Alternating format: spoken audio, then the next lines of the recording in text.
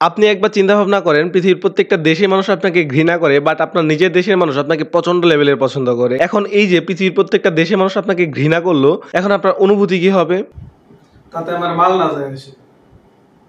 ঠিক তাই, এরকমই একজন মানুষ ছিলেন অ্যাডলফ হিটলার। এই লোকটাকে নিয়ে অসংখ্য সিনেমা তৈরি হয়েছে, বাট প্রত্যেকটা সিনেমা ধরে ধরে আসলে রিভিউ করা সম্ভব না। তাই আমি যে কাজটা করতে পারি, তার গল্পটা ছোট্ট করে সংক্ষেপে আপনাদের মাধ্যমে উপস্থাপন করতে পারি। সো ভিডিও শুরু করার আগে, হেই এম মুশফিকুর হিমন, তুমি নববাসী ব্র্যান্ড নিউ ভিডিওতে আপনাকে স্বাগতম। 1914 থেকে 1918 সাল পর্যন্ত অনুষ্ঠিত হয় প্রথম বিশ্বযুদ্ধ। 1919 সালে জার্মানি একটা ট্রিটিতে সাইন করে, যেই ট্রিটিতে উল্লেখ ছিল জার্মানের 1 লাখের বেশি আর্মি থাকতে পারবে না, তাদের কোনো সাবমেরিন থাকতে পারবে না, তাদের কোনো নেভি থাকতে পারবে না। এন্ড আরো উল্লেখ ছিল প্রথম বিশ্বযুদ্ধে জার্মানির দ্বারা যে দেশগুলো ক্ষতিগ্রস্ত হয়েছে সেই দেশগুলোকে এখন তাদের ক্ষতিপূরণ দিতে হবে। এখন আপনি চিন্তা ভাবনা করেন, প্রথম বিশ্বযুদ্ধ শেষ হয়েছে, পৃথিবীর প্রত্যেকটা দেশের ইকোনমিক অবস্থা খুবই বাজে, জার্মানির অবস্থাও খুবই বাজে, তারা নিজেরাই খাইতে পড়তে পারতেছে না, সেই জায়গায় অন্য দেশগুলোকে তাদের ক্ষতিপূরণ দিতে হবে। এই জিনিসটা কি ভাই মানা যায়? ঠিক তাই, এই জিনিসটা জার্মানির মানুষও মানিয়ে নিতে পারে না। এর ফলে যে জিনিসটা হয়, বিভিন্ন ধরনের ডানপন্থী দলের আবির্ভাব ঘটে। এদের মধ্যে একজন রাজনীতিবিদ হঠাৎ করে বলে ওঠে, আমাকে যদি আপনাদের চ্যান্সেলর বানান, অর্থাৎ সরকার প্রধান বানান, তাহলে আমি যে কাজটা করব,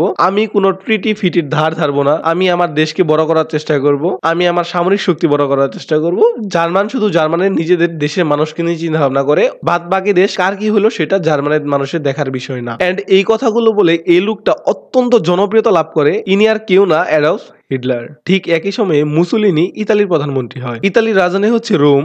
আপনারা হয়তো বা জানেন, রোম এক সময় পুরো বিশ্ব শাসন করছে এবং তারা ইংরেজকেও শাসন করছে। এখন মুসোলিনি চিন্তা ভাবনা করে, আচ্ছা আমরা তো একসময় পুরো পৃথিবী শাসন করতাম, এখন হয়তো বা আমাদের সেই ঐতিহ্যটা ফিরিয়ে আনা উচিত। আচ্ছা আমরা আরেকবার হিটলারের কাছে যাই। তো 1933 সালে হিটলার সরকার প্রধান হয়। সরকার প্রধান হয়েই উনি যেই কাজটা করে, সকল ট্রিটি ফিটির ধার ধারে না, এন্ড সবকিছু বাদ দিয়ে দেয়, তার নিজের সামরিক শক্তি উন্নত করতে থাকে। এন্ড আরেকটা যে জিনিসটা করে সেটা হচ্ছে ডিমিলিটারাইজ নামে একটা জোন আছে। প্রথম বিশ্বযুদ্ধের পর কথা হয়েছিল এই জায়গায় কেউ যাইতে পারবে না, এই জায়গায় কোনো আর্মি থাকতে পারবে না, বাট 1936 সালে হিটলার এই জায়গায় আর্মি পাঠিয়ে সেই জায়গাটা দখল করে। এই জিনিসটা বাইরের দেশগুলো দেখে, বাট তেমন কোনো প্রতিক্রিয়া দেখায় না। যে নতুন একজন সরকার প্রধান হয়েছে, একটা জায়গা দখল করছে, এরকম কোনো প্রতিবাদ আসে না। বাট এর 2 বছর পর হিটলার অস্ট্রেলিয়া দখল করে নেয়। এখন অন্যান্য দেশগুলো তো হঠাৎ করে চমকে ওঠে যে হিটলার এটা কি করলো, হিটলার যদি এইভাবে দেশ দখল করতে থাকে তাহলে তো আমাদের সমস্যা হয়ে যাবে, আমরা তো নিজেদের দেশকে নিরাপদ ভাবতেছি না। এন্ড হিটলারকে ডাকা হয়, একটা মিটিং বসানো হয়। হিটলারকে বলে, হিটলার তুমি যে কাজগুলো করতেছো এগুলো আসলে ঠিক না, আমরা এর প্রতিবাদ করতেছি, তুমি এগুলা স্টপ করো, তুমি কি করলে এই জিনিসগুলো স্টপ করো। এন্ড হিটলার এতটাই খারাপ মানুষ,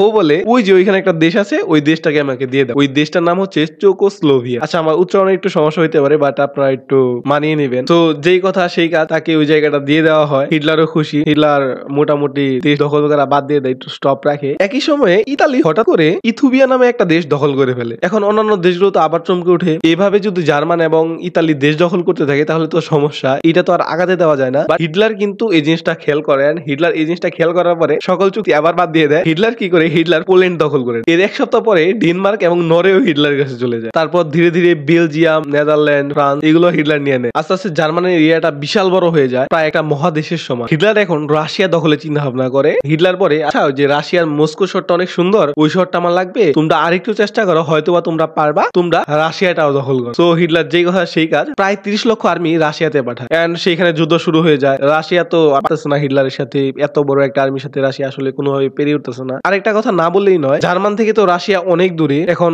যেহেতু 30 লক্ষ আর্মি পাঠাইছে, তাদের খাওয়া দাওয়ার একটা ব্যবস্থা আছে। জার্মান থেকে রাশিয়াতে আসলে খাবার দাবার পাঠানো ওইরকম ভাবে সম্ভব না। এই যে মাঝখানে প্রত্যেকটা দেশেই যুদ্ধ চলতেছে, আর এই যুদ্ধগুলা কিন্তু হিটলার নিজেই বাঁচাইছে। এখন যেহেতু খাবার নেওয়া সম্ভব হইতেছে না, তো হিটলার চিন্তা ভাবনা করে, আচ্ছা তোমরা তো রাশিয়াতে গেছো, রাশিয়াতে যেসব ফসল চাষ হয় সেই ফসলগুলো তোমরা সংগ্রহ করো, সেই জায়গা থেকে তোমরা তোমাদের খাদ্যের চাহিদাটা মেটাও। এখন যুদ্ধ শুরু হয়ে গেছে রাশিয়া, হিটলারের বাহিনী অনেক আগাইয়া, রাশিয়া কোনোভাবে পারতেছে না। হঠাৎ করে শীত শুরু হয়ে যায়। এই সময় রাশিয়া একটা খেলা খেলে। রাশিয়া যে জিনিসটা করে, রাশিয়া তাদের নিজেদের ফসল নিজেরাই পুড়িয়ে দিতে থাকে, তাদের বাড়ি ঘর সবগুলা পুড়িয়ে দিতে থাকে, এন্ড পিছু উঠতে থাকে। সকল ফসল তো পুড়ে গেছে, খাবার মতো কিছু নাই, আর এত দূর থেকে খাদ্য নিয়ে যাওয়া সম্ভব না। এই প্রথম হিটলার বাধাপ্রাপ্ত হয়, তার সৈন্যগুলা মারা যাইতে থাকে। তো হিটলার চিন্তা ভাবনা করে, আচ্ছা আমি তো রাশিয়া দখল করতে পারলাম না, আমি আমার সামরিক শক্তি নিয়ে আসলাম, আমরা আর যুদ্ধ করবো না, আমরা রাশিয়াকে আক্রমণ করবো না, আমরা রাশিয়াকে দখল করবো না, আমরা আমাদের সামরিক শক্তি ফিরিয়ে নিলাম। সো হিটলার তার সামরিক শক্তি ফিরিয়ে নেয়। কিন্তু হঠাৎ করে জার্মানির সাথে ইতালির যুদ্ধ বেজে যায়। এখন অন্যান্য দেশগুলো চিন্তা ভাবনা করতে থাকে, হয়তোবা ইতালি হিটলারের সাথে পারবে না, এন্ড তাই হয় ইতালি জার্মানির কাছে হেরে যায়। কিন্তু এর ফলে যে জিনিসটা হয়, হিটলারের বিশাল বড় একটা বাহিনীর অংশ সেই যুদ্ধে মারা যায়। এখন এত বড় একটা সাম্রাজ্য হিটলার এতগুলা জায়গা দখল করছে, এগুলা নিয়ন্ত্রণ করার জন্য তো বিশাল বড় একটা আর্মি দরকার। সেই জিনিসটা এখন জার্মানির কাছে নাই, হিটলারের কাছে নাই। এখন এতগুলা দেশ তো আর সামলানো সম্ভব হইতেছে না। এদিকে রাশিয়া যে কাজটা করে যে হিটলার তোমার এত বড় সাহস, তোমরা রাশিয়া আক্রমণ করছো, রাশিয়া তো জীবনও বসে থাকবে না। রাশিয়া কি করে, রাশিয়া জার্মানির দিকে আস্তে আস্তে আগাতে থাকে।